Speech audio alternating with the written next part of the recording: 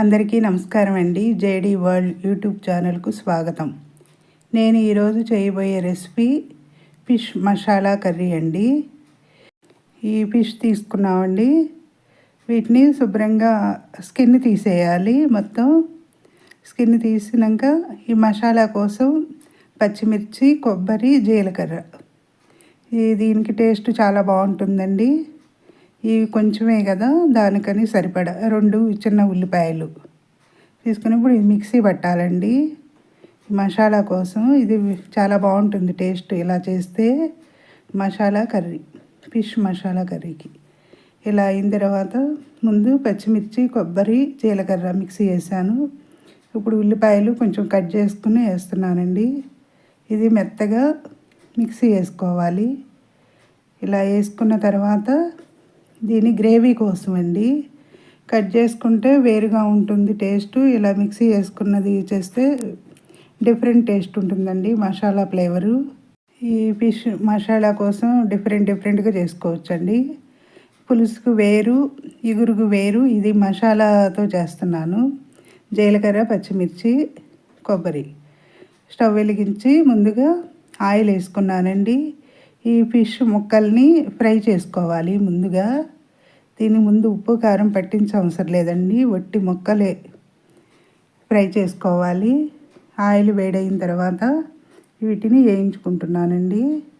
ఇవి మొత్తం 4. అయితే ఒకటి ఆవిడే స్కిన్ తీసేసింది. నాకు చేయటం రాదండి త్వరగా, అందుకే బయట అమ్మటానికి వస్తే వాళ్ళే చేసి ఇచ్చారు.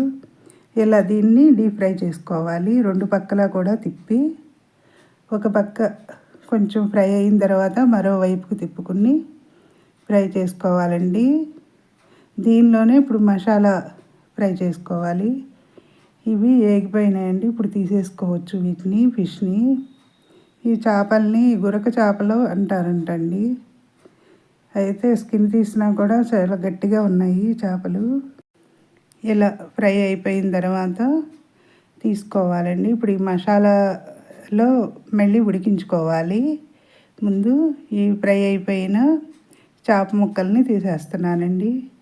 ఈ ఫిష్ ఎక్కువగా దొరుకుతాయి. ఇప్పుడు దీనిలో మిగిలిన ఆయిల్ ఉంది కదా, డీప్ ఫ్రై అవ్వగా దాంట్లో కాస్త పసుపు, ఇప్పుడు ముందుగా మిక్సీ వేసి పెట్టుకున్న మసాలా అండి, కొబ్బరి, పచ్చిమిర్చి, జీలకర్ర, ఉల్లిపాయ ఇలా మొత్తం ఫ్రై చేసుకోవాలండి. కొంచెం అయిన తర్వాత దీనికి తగినంత ఉప్పు, కారం వేసుకోవాలండి.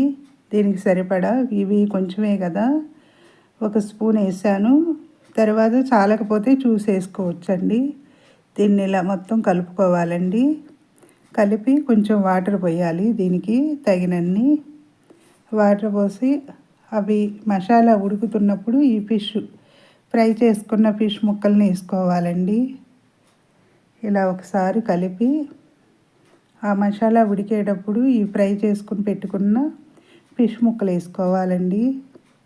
ఇలా ఒక 5 మినిట్స్ అయితే ఉడికిపోతుంది. కొంచెం గ్రేవీ ఉంటుందండి మసాలాకి.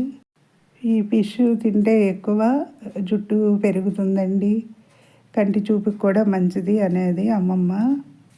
ఎక్కువ ఈ ఫిష్ అవి చిన్నప్పుడు బాగానే చేసి పెట్టేవాళ్ళండి అమ్మమ్మ కూడా. సబ్స్క్రైబర్స్ పెరగటం లేదండి, సబ్స్క్రైబ్ చేయండి.